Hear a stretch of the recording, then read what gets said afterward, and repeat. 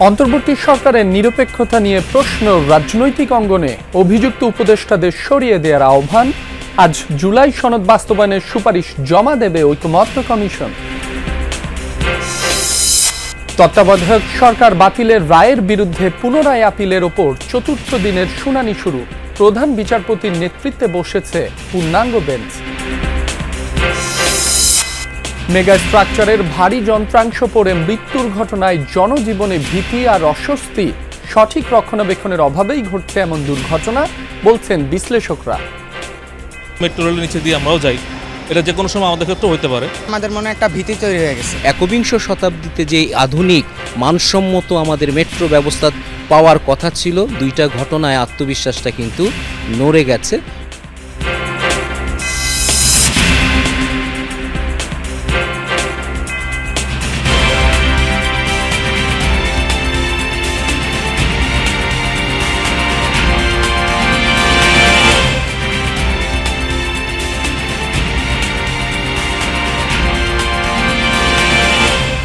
যমুনা নিউজে আমন্ত্রণ।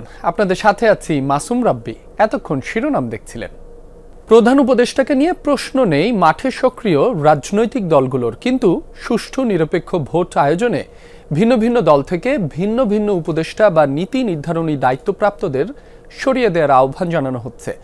কার বিরুদ্ধে কেন অভিযোগ তাও দলগুলো জানিয়ে দিয়েছে প্রধান উপদেষ্টাকে। রাজনৈতিক বিশ্লেষকরা বলছেন, নিরপেক্ষ নির্বাচন করতে চাইলে দলগুলোর দাবির প্রতি গুরুত্ব দিতে হবে প্রধান উপদেষ্টাকে। উপদেষ্টা পরিষদ পুনর্গঠন করে পরিচালনা করা যেতে পারে তত্ত্বাবধায়ক সরকারের আদলে।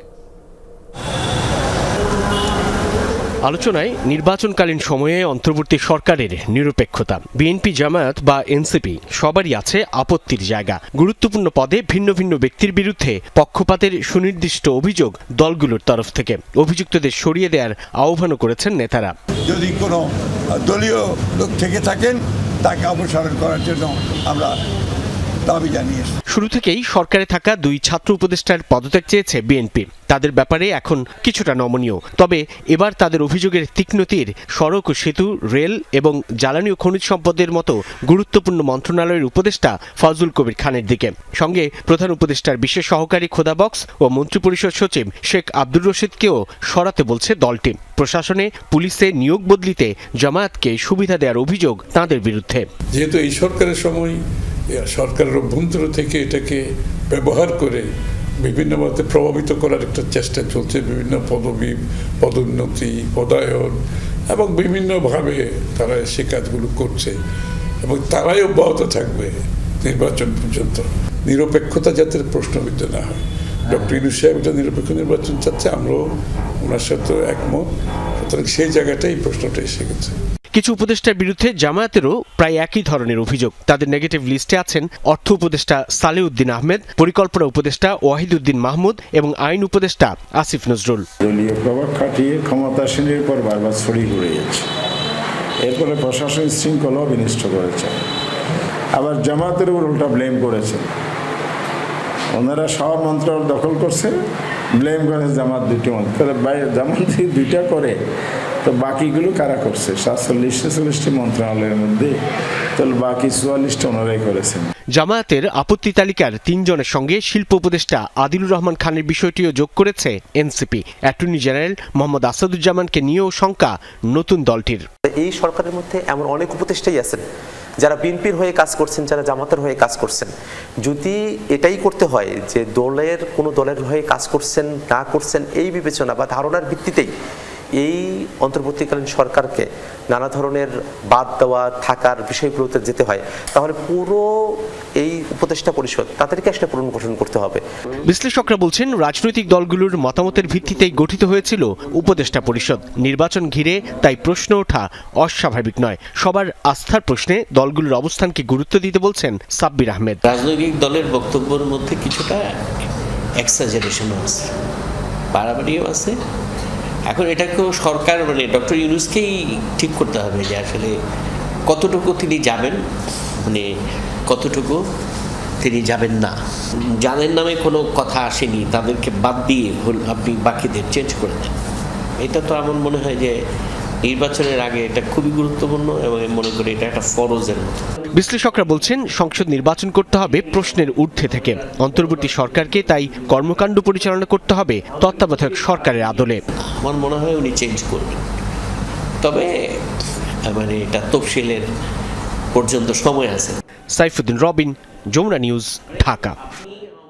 অবশেষে জুলাই সনদ বাস্তবায়নের সুপারিশ জমা দিতে যাচ্ছে জাতীয় ঐকমত্য কমিশন। আজ দুপুর 12টায় সরকারের কাছে সুপারিশ জমা দেবে কমিশন। এর আগে সোমবার বিকেলে প্রধান উপদেষ্টার বাসভবন রাষ্ট্রীয় অতিথি ভবন যমুনায় অনুষ্ঠিত হয় কমিশনের সমাপনী বৈঠক। সভাপতিত্ব করেন প্রধান উপদেষ্টা ও কমিশন সভাপতি ডক্টর মোহাম্মদ ইউনুস। এতে আরও উপস্থিত ছিলেন কমিশনের সহ সভাপতি আলী রিয়াদ সহ 6 সদস্য ও প্রধান উপদেষ্টার বিশেষ সহকারী মনির হায়দার।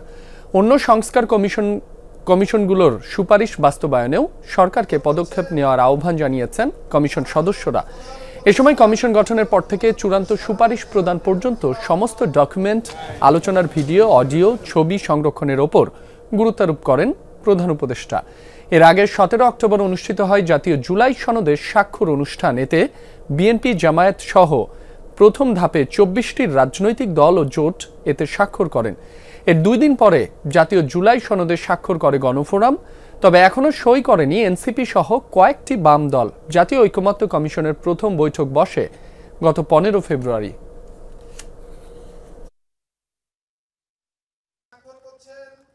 তত্ত্বাবধায়ক সরকার বাতিলের রায়ের বিরুদ্ধে পুনরায় আপিলের ওপর চতুর্থ দিনের শুনানি চলছে।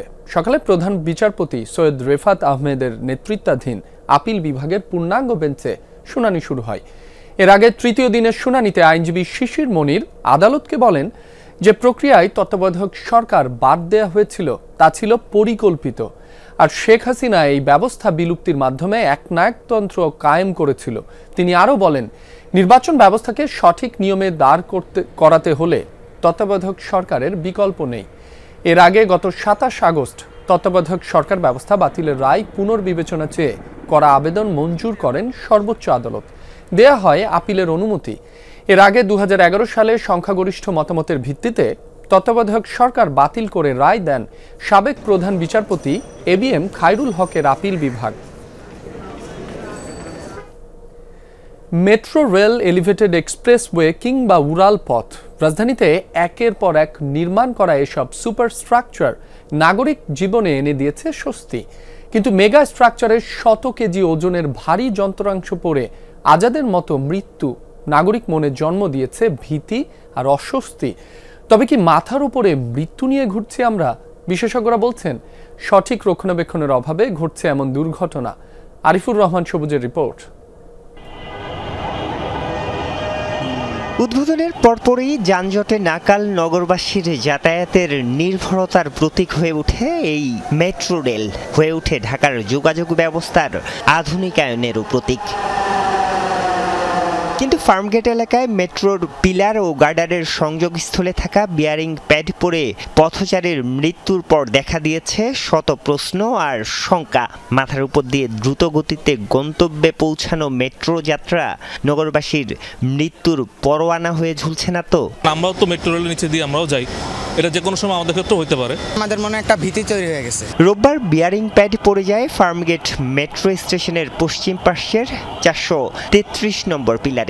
বছরখানেক আগে একই রকম ঘটনা ঘটেছিল স্টেশনের পূর্ব পাশের 430 নম্বর পিলারে। বারবার একই জায়গায় কেন এমন দুর্ঘটনা?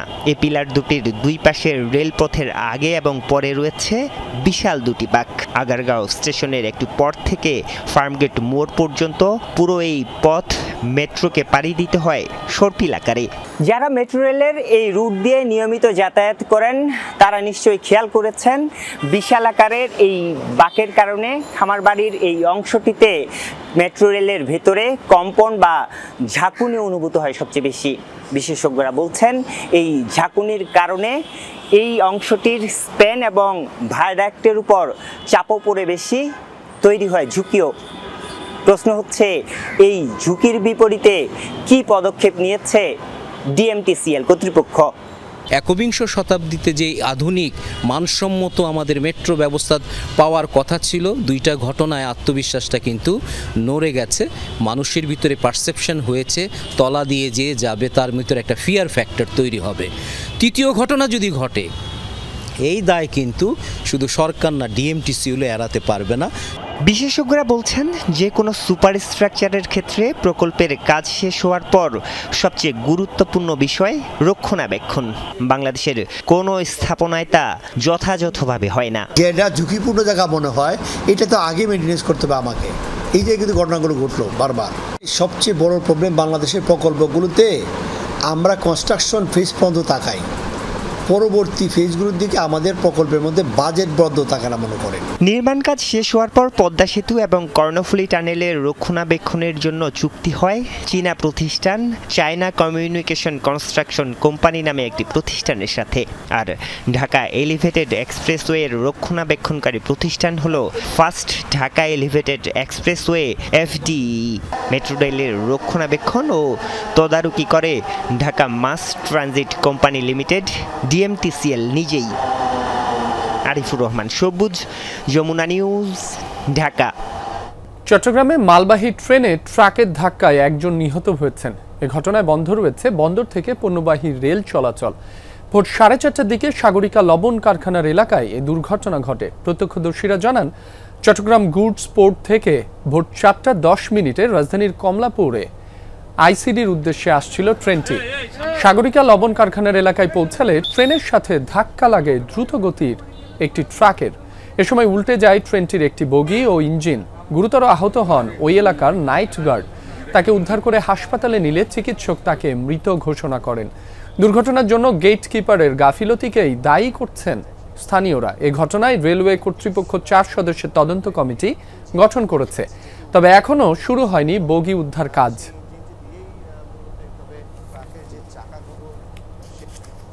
কিছুক্ষণ পরে দেখতেছি গাড়িটা খুবই স্পিড আসতেছে এবং কি এটা আমি ওই পাশে থাকার কারণে বা মুরব্বিও এটা বুঝতে পারে নাই যে এটা আসিয়ে ওনার গায়ে পড়বে। হঠাৎের মধ্যে মুহূর্তের মধ্যে একটা ঘটনা ঘটে গেছে, এই লোকটা এখানে স্পটে মারা গেছে। গেট ব্যারিয়ার ভেঙে ঢুকে পড়ছে, কিন্তু ইন্টারমিডিয়েট ট্রেন তো চলে যাচ্ছে, সে আইসা মেরে দিয়েছে, যার কারণে আমাদের রোলিং স্টকের ক্ষতি হয়েছে, তারও ক্ষতি হয়েছে।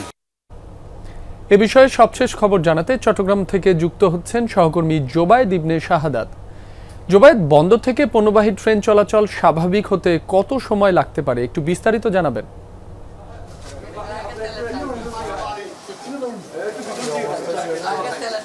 রাবি, এখন পর্যন্ত সেভাবে সময়টা জানানো যাচ্ছে না, যেহেতু উদ্ধারকারী যে ট্রেনটি সেটা এখনো আসেনি, যেটা রিলিফ ট্রেন বলা হয়, সেটা আখাউড়াতে এখনো আছে এবং সেখান থেকে চট্টগ্রামের এই জায়গাটাতে আসবে এবং তারপর উদ্ধার কার্যক্রম শুরু হবে। এক্ষেত্রে যারা রেলওয়ের সংশ্লিষ্ট কর্মকর্তারা আছেন তারা বলছেন অনেকটা সন্ধ্যার পরে বা রাত হতে পারে, এবং যেহেতু একটি লোকোমোটিভ এবং বগি আছে এবং বগিতে কন্টেনারও আছে, সবকিছু মিলে ট্রাক উল্টে আছে, একেবারে খুব একটা বিভৎস অবস্থা। এবং সেটা লোকোমোটিভ গুলো এবং এই যে বগিগুলো সেগুলো যেহেতু খুবই ভারী, সেগুলো তুলতেও বেশ একটা কষ্টসাধ্য ব্যাপার। তো সবকিছু মিলিয়ে যদি সেই রিলিফ ট্রেনটা আসে তারপরেই এই উদ্ধার কার্যক্রমটা শুরু হবে। সেই পর্যন্ত তারা আশপাশে যেই সকল কার্যক্রম আছে বা পরিষ্কার করার, গাছ কাটার, সেগুলো তারা করছেন এবং তারা বলছেন যে এই কাজগুলো শেষ হলে তাদের উদ্ধার কার্যক্রম শুরু হবে এবং পাশাপাশি তাদের যে উদ্ধার কার্যক্রম সেটা শুরু হলেই রেল কার্যক্রমটা বা রেল চলাচলটা স্বাভাবিক হবে। রাব্বি। জোবায়েদ, আপনাকে ধন্যবাদ। তত্ত্বাবধায়ক সরকার বাতিলের রায়ের বিরুদ্ধে পুনরায় আপিলের ওপর 4র্থ দিনের শুনানি নিয়ে কথা বলছেন আইনজীবী শিশির মনির। সরাসরি যাচ্ছি সেখানে। এটা নিয়ে আমরা কনসার্ন হলো কি করে একটা গ্রহণযোগ্য সমাধান বের হয়, সকলেই অন দ্য সেম পেজ থাকতে পারে, এটাই সবচেয়ে বড় কনসার্ন। এই ক্ষেত্রে কেয়ারটেকার গভর্নমেন্ট সিস্টেম একটা অ্যাকসেপ্টেবল মেকানিজম, যেটা একটা ইউনিক এক্সাম্পল আকারে আমাদের এই দেশে বারবার প্রমাণিত হচ্ছে।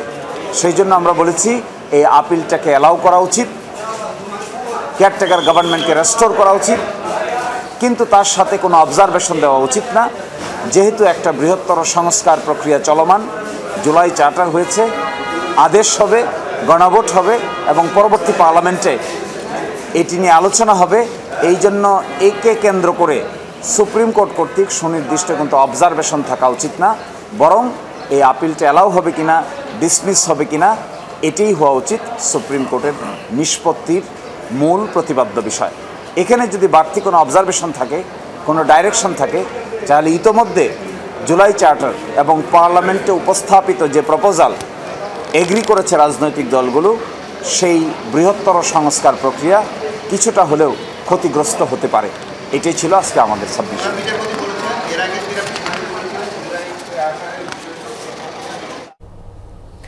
কিশোরগঞ্জের ভৈরব স্টেশনে সোমবার উপকূল এক্সপ্রেস ট্রেনে হামলা ও পাথর নিক্ষেপের ঘটনায় মামলা হয়েছে।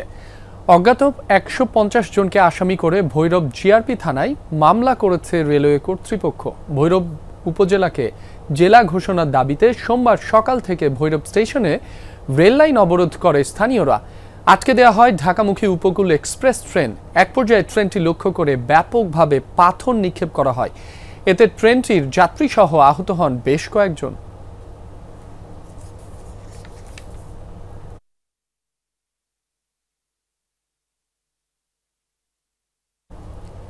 চট্টগ্রামে তুচ্ছ ঘটনাকে কেন্দ্র করে বিএনপির দুপক্ষের সংঘর্ষে এক ছাত্রদল কর্মী নিহত হয়েছেন। গুলিবিদ্ধ হয়ে আহত হয়েছেন অন্তত ৮ জন। সোমবার মধ্যরাতে নগরীর বাকলিয়া এক্সেস রোড এলাকায় এ ঘটনা ঘটে। স্থানীয়রা জানান, এলাকায় দীর্ঘদিন ধরে আধিপত্য বিস্তার নিয়ে বিএনপির দুপক্ষের মধ্যে বিরোধ চলছিল। গত রাতে একটি ব্যানার সরানো নিয়ে উত্তেজনা দেখা দেয়। এক পর্যায়ে বাধে সংঘর্ষ। এ সময় গুলিবিদ্ধ হয়ে ঘটনাস্থলেই মারা যান ছাত্রদল কর্মী মোহাম্মদ সাজ্জাদ। আহত হন ৮ জন। তাদের উদ্ধার করে চট্টগ্রাম মেডিকেলে ভর্তি করা হয়েছে। নাটোরের গুরুদাসপুরে নদী থেকে উদ্ধার হয়েছে অজ্ঞাত এক যুবকের মরদেহ।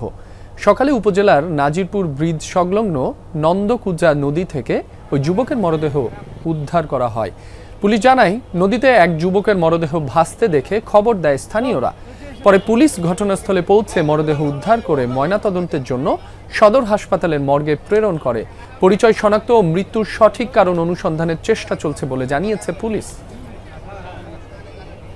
মাদ্রাসা মেরামতের জন্য নেয়া প্রকল্পের কাজ শেষ কাগজে কলমে। বরাদ্দের টাকাও সব উত্তোলন করা হয়েছে, কিন্তু আদতে কোনো কাজই হয়নি। কুমিল্লা শিক্ষা প্রকৌশল অধিদপ্তরের নেয়া এসব কাজে জাল জালিয়াতির মাধ্যমে বরাদ্দের টাকা ভাগাভাগির অভিযোগ উঠেছে। বিষয়টি জানাজানি হলে মাদ্রাসা কর্তৃপক্ষকে ৫ লাখ টাকা দিয়ে ঘটনাটি ধামাচাপা দিতেও বলে অভিযুক্তরা। লোহার গেটের নীল রং অনেকটাই মলিন, কোথাও কোথাও লালচে ঝং ধরতে শুরু করেছে। টিনগুলোর বেশিরভাগই মরিচা পড়ে নষ্ট হবার পথে। বলছি কুমিল্লা তিতাস উপজেলার দুধঘাটা দাখিল মাদ্রাসার কথা। ৩৭ বছর আগে প্রতিষ্ঠিত এই মাদ্রাসায় শিক্ষার্থীর সংখ্যা ৩ শতাধিক। প্রথমবারের মতো ২০২৩-২৪ অর্থ বছরে প্রতিষ্ঠানটি একটি গেট ও সীমানা প্রাচীর নির্মাণের জন্য কুমিল্লা শিক্ষা প্রকৌশল অধিদপ্তর থেকে ১৪,২৫,০০০ টাকা বরাদ্দ পায়। অভিযোগ উঠেছে, সেই কাজ না করেই মাদ্রাসা সুপার ইব্রাহিম খলিলের যোগসাজশে পুরো টাকা তুলে নিয়েছে উপসহকারী প্রকৌশলী বজলুর রহমান। আর তা যাচাই ছাড়াই স্বাক্ষর করেন সহকারী প্রকৌশলী মাহবুবুর রহমান। বজলুর রহমান ইঞ্জিনিয়ার আর সুপারভাইজার মিলে সানার বেড অফার করছিল আর কি, যে আপনারা যে সরকারি টাকা যেটা আসছে এটা ৫ লাখ টাকা এখানে দেখায়, যে কাজগুলো আছে এগুলো দেখায়, এগুলো উঠায় নেন। কাগজের মধ্যে দেখা যায় ওনার সিগনেচার এখানে আছে। তারপর এখন সভাপতি সাহেব বলতেছে যে তাইলে আপনি কি একদিন আমাদের নিয়েই বসার পর আপনি কি বিচার চান কিনা। সভাপতি সাহেব বলছে, না আমি বিচার পাইছি। অর্থ লুপাটের পর চলতি বছরের মাঝামাঝি বিষয়টি জানাজানি হয়। সে সময় মাদ্রাসা কর্তৃপক্ষকে ৫ লাখ টাকা দিতে চায় অভিযুক্তরা। অত্র প্রতিষ্ঠান করে গেছে, কমপ্লেক্স করে গেছে, কোটি কোটি টাকা খরচ করে। আমরা ১৫ লাখ টাকা আসবে আর ৫ লাখ টাকা নিয়ে দরকার নাই, আমরাই করতে পারবো। ১৪,২৫,০০০ টাকা বরাদ্দ আসছে, আমরা জানতে পারছি সুভাষ সাহেবের মাধ্যমে প্রথম। তো জানার পরে প্রায় ১ বছর পারিয়ে গেছে, এইখানে কোনো কাজের কোনো ইঞ্জিনিয়ারও আসে নাই, যারা কাজ নিয়েছে তারাও আসে নাই। সরকার প্রদত্ত টাকা মাদ্রাসার কোনো কাজকর্ম না করে এই টাকা আত্মসাৎ করেছে, তাদের দৃষ্টান্তমূলক আমরা বিচার চাই। সুপার সাহেব অফিসের সমস্ত টিচার মিলনায়তনে আমাকে 2 বার করছে, বলছে যে এরকম ওই যে আমরা যে নিজস্ব ওয়াল করছি বাউন্ডারি ওয়াল আমাদের পারিবারিক কবরস্থানের বাউন্ডারি ওয়াল করছি, এগুলা দেখাইয়া নেওয়ার জন্য বলছে যে এরকম 5 লাখ টাকা দিয়ে এগুলা নিয়ে নেন। হ্যাঁ, এটা সুপার সাহেব আমাকে বলছে 2 বার। এই বিষয়ে মাদ্রাসা সুপারের দাবি তার স্বাক্ষর জাল করা হয়েছে, পুরো ঘটনার কিছুই জানেন না তিনি। অন্যদিকে কুমিল্লা শিক্ষা প্রকৌশল অধিদপ্তরের কর্মকর্তারা টাকা উত্তোলনের বিষয়টি স্বীকার করলেন। বর্তমান সভাপতির নিকট বিষয়ে আমি কিছুই জানি না, সিগনেচার বিষয়ে আমি কিছু জানি না। ওইখানে সিগনেচারটা নকল করে দেওয়া হয়েছে, এই সিগনেচার আমি গত 30 বছরের ভিতরেও দিই। উপজেলায় যিনি দায়িত্বে ছিলেন আমার যে প্রকৌশলী, উনি এবং আর যারা এখানে আছে তারা নিজেরা যোগসাজশ করে এই টাকাটা উত্তোলন করেছিলেন। এটা আমাকে সম্পূর্ণ অগোচরে রেখে শুধু এই মাদ্রাসাই নয়, 23-24 অর্থ বছরে কুমিল্লা শিক্ষা প্রকৌশল অধিদপ্তর জেলার 36টি মাদ্রাসার মেরামত ও সংস্কারের কাজ হাতে নেয়, যার জন্য অর্থ বরাদ্দ দেয়া হয় 5.5 কোটি টাকা। খোকন চৌধুরী, যমুনা নিউজ, কুমিল্লা। ক্যারিবীয় অঞ্চলে তাণ্ডব চালাচ্ছে বছরের সবচেয়ে শক্তিশালী হারিকেন মেলিসা। ক্যাটাগরি 5-এর রূপ নিয়ে ধেয়ে যাচ্ছে জ্যামাইকার দিকে। 3 দেশে এরই মধ্যে 7 জনের প্রাণহানি হয়েছে। জ্যামাইকা ও হাইতিতে 3 জন করে এবং ডমিনিকান রিপাবলিকে 1 জনের মৃত্যু হয়েছে। ঝড়ের প্রভাবে ক্যারিবীয় দ্বীপগুলোতে শুরু হয়েছে প্রবল বৃষ্টি এবং তীব্র বাতাস। ঘন্টায় সর্বোচ্চ 175 মাইল বেগে বইছে বাতাস। প্রাণহানি এড়াতে ব্যাপক পূর্ব প্রস্তুতি নিয়েছে জ্যামাইকা। দেশজুড়ে জারি রয়েছে সতর্কবার্তা, ঘোষণা করা হয়েছে জরুরি অবস্থা। এরই মধ্যে নিরাপদ জায়গায় সরিয়ে নেওয়া হচ্ছে বাসিন্দাদের। মঙ্গলবার স্থানীয় সময় ভোরের মধ্যেই দেশটিতে আঘাত হানতে পারে হারিকেন। এরপর কিউবা, বাহামা, টার্কস এবং কাইকোস অতিক্রম করবে ঘূর্ণিঝড়টি। প্রতিরক্ষা ব্যবস্থা আরও জোরদার করতে ব্রিটেনের কাছ থেকে 20টি ইউরোফাইটার টাইফুন জেট যুদ্ধবিমান কিনতে যাচ্ছে তুরস্ক। সোমবার আঙ্কারা সফররত ব্রিটিশ প্রধানমন্ত্রী কিয়ার স্টারমার এবং তুর্কি প্রেসিডেন্ট রিসেপ তাইয়েপ এরদোগানের মধ্যে প্রায় $11 বিলিয়ন চুক্তি সই হয়েছে। লন্ডন জানায় নেটোভুক্ত 2 দেশের মধ্যে প্রতিরক্ষা সম্পর্ক আরও বাড়ানোর লক্ষ্যে হয়েছে এই চুক্তি। ধারণা করা হচ্ছে চুক্তির আওতায় প্রথম ফাইটার জেট 2030 সাল নাগাদ হাতে পাবে তুরস্ক। এর আগে গত জুলাইয়ে 40টি টাইফুন জেট কিনতে ব্রিটেনের সাথে প্রাথমিকভাবে ক্রয় চুক্তি সই করেছিল তুরস্ক।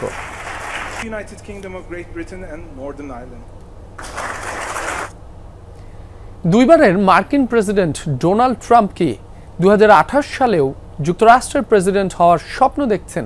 বিভিন্ন সময় এ নিয়ে জল্পনার জন্ম দিয়েছেন নিজেই। বেশ কয়েকবার জনসমক্ষে প্রকাশ করেছেন তৃতীয় মেয়াদে দেশের শাসনভার নেয়ার আকাঙ্ক্ষার কথা। এবারও সেই সম্ভাবনা উড়িয়ে না দিলেও জানালেন নিজেকে নয়, 2028 সালে প্রেসিডেন্ট ভাইস প্রেসিডেন্ট পদে দেখতে চান উত্তরসূরিদের। সম্ভাব্য কিছু রিপাবলিকান প্রার্থীর নামও তুলে ধরেছেন তিনি। গেল বছর দ্বিতীয় মেয়াদে মার্কিন প্রেসিডেন্ট নির্বাচিত হন ডোনাল্ড ট্রাম্প। এরপর থেকেই গুঞ্জন ওঠে 2028 সালেও হয়তো প্রেসিডেন্ট পদে বহাল থাকবেন এই রিপাবলিকান প্রেসিডেন্ট।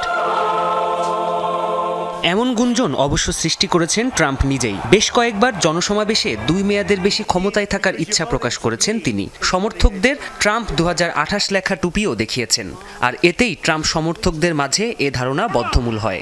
তবে মার্কিন সংবিধানের 22তম সংশোধনী অনুযায়ী 2 বারের বেশি কোনো ব্যক্তি যুক্তরাষ্ট্রের প্রেসিডেন্ট হতে পারবেন না। তা সত্ত্বেও ট্রাম্পের তৃতীয় মেয়াদে ওভাল অফিসে ফেরার সম্ভাবনা নিয়ে এত আলোচনার কারণ কি? ট্রাম্প সমর্থকদের কেউ কেউ মনে করেন সংবিধানের নিষেধাজ্ঞা এড়াতে 2028 সালে ভাইস প্রেসিডেন্টের পদে লড়বেন ট্রাম্প। অপর একজন রিপাবলিকান হবেন প্রেসিডেন্ট। এরপর সেই ব্যক্তি পদত্যাগ করলেই ভারপ্রাপ্ত প্রেসিডেন্ট হিসেবে দায়িত্ব নিতে পারবেন তিনি। এত সব জল্পনা যখন পাখা মেলছে তখন নিজের অভিপ্রায় স্পষ্ট করলেন ট্রাম্প। 2028 সালের নির্বাচনে ভাইস প্রেসিডেন্টের পদে তিনি লড়বেন কিনা সাংবাদিকদের এমন প্রশ্নের উত্তরে জানিয়েছেন ইচ্ছা থাকলেও সে পথে হাঁটবেন না তিনি।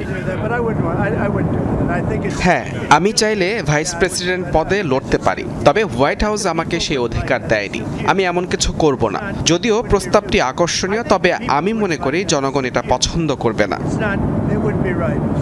তবে রিপাবলিকান পার্টির পরবর্তী প্রেসিডেন্ট কিংবা ভাইস প্রেসিডেন্ট প্রার্থী কে হবেন? মন্ত্রিপরিষদ থেকে কিছু নাম নিজেই সামনে এনেছেন ট্রাম্প। তার মতে বর্তমান ভাইস প্রেসিডেন্ট জেডি ভ্যান্স ও পররাষ্ট্রমন্ত্রী মার্কো রুবিওর জুটি হতে পারে সেরা বিকল্প।